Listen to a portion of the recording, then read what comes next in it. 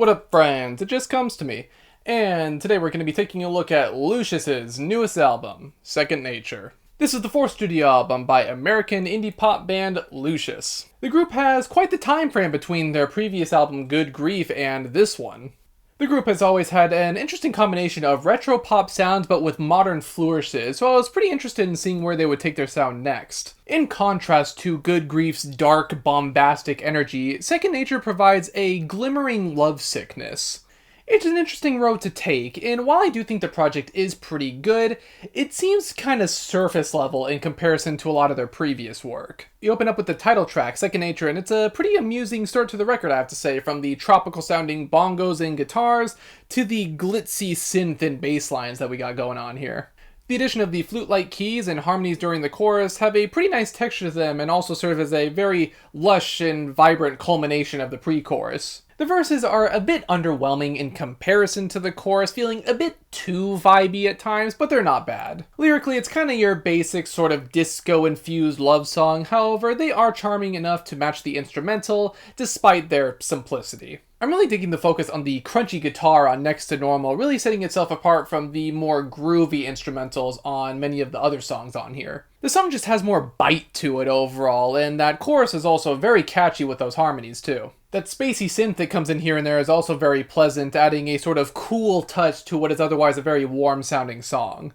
That, along with the very bouncy beats and warm tones, the guitar solo that comes in during the bridge alongside their vocal patterns, it's a pretty well fleshed out tune. I also think that it's a bit more interesting lyrically too, as it largely deals with personal boundaries and learning to be okay with kind of curating your friend group to a select few people that truly understand you and appreciate you. The next two tracks though are some examples of kind of my biggest problem with this record. On an album where the liveliest songs are still pretty vibey, we have way too many ballads on this thing. 24 has a fairly simplistic and isolated drum beat, mainly using the vocals to add the texture to the track. Unfortunately, that's kind of all it does. It just comes off as a sort of wine mom ballad like Adele.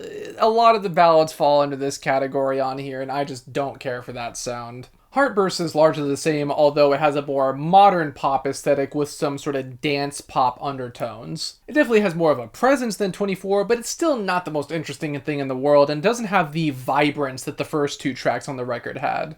Lyrically, these two ballads are also kind of standard and largely just deal with the tropes of love in ballads, which doesn't really help their case all that much. Dance Around It is definitely a song I can get behind though. I love the big bass presence alongside the sort of electronic sounds. It almost feels like a modern New Order song or something.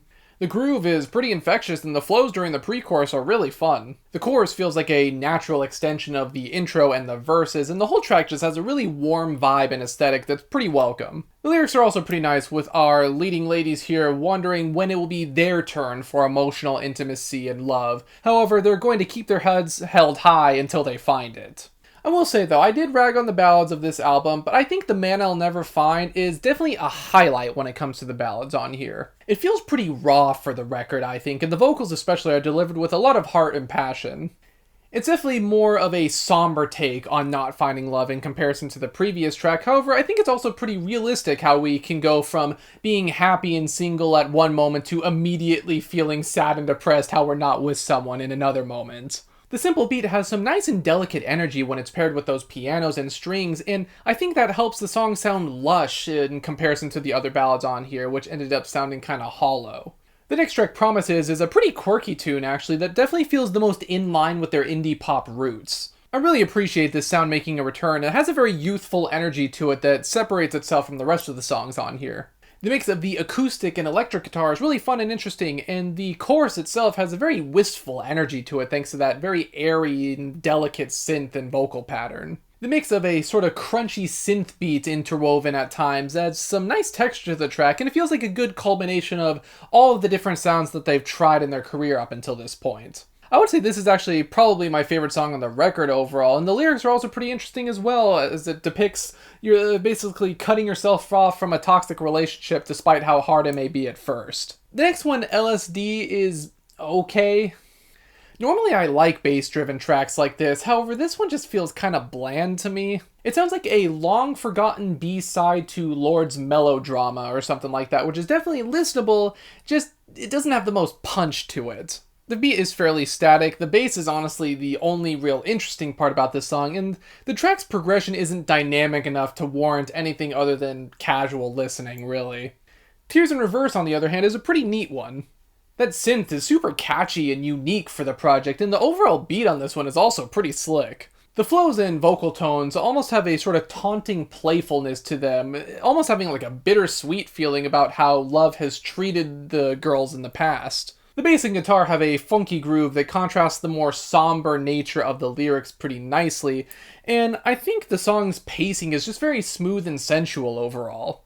This is also probably one of my favorite songs on the record, to be honest.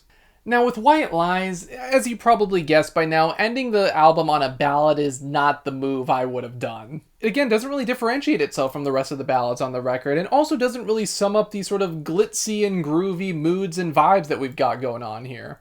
Honestly, I feel like the previous track would have ended this album better, and I would say we need more of the very vibrant and dynamic songs, not more of the more stripped down ballads.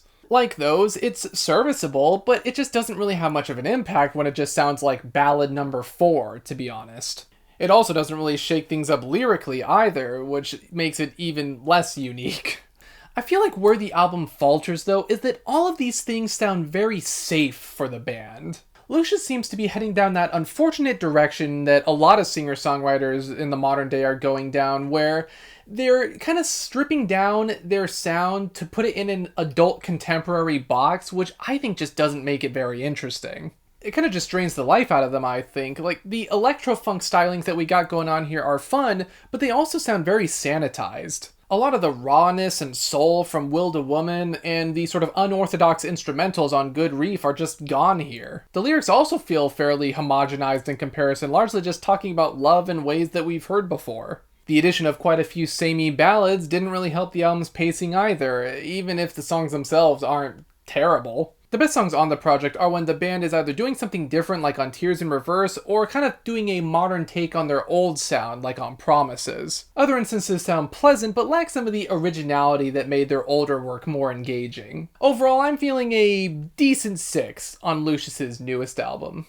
Of course, we do have to talk about album covers on here, and I actually really like this album cover a lot. I think it definitely does fit the sort of groovy electro-funk sound that they've got going on here. I feel like the placement of our two front women here are kind of plain.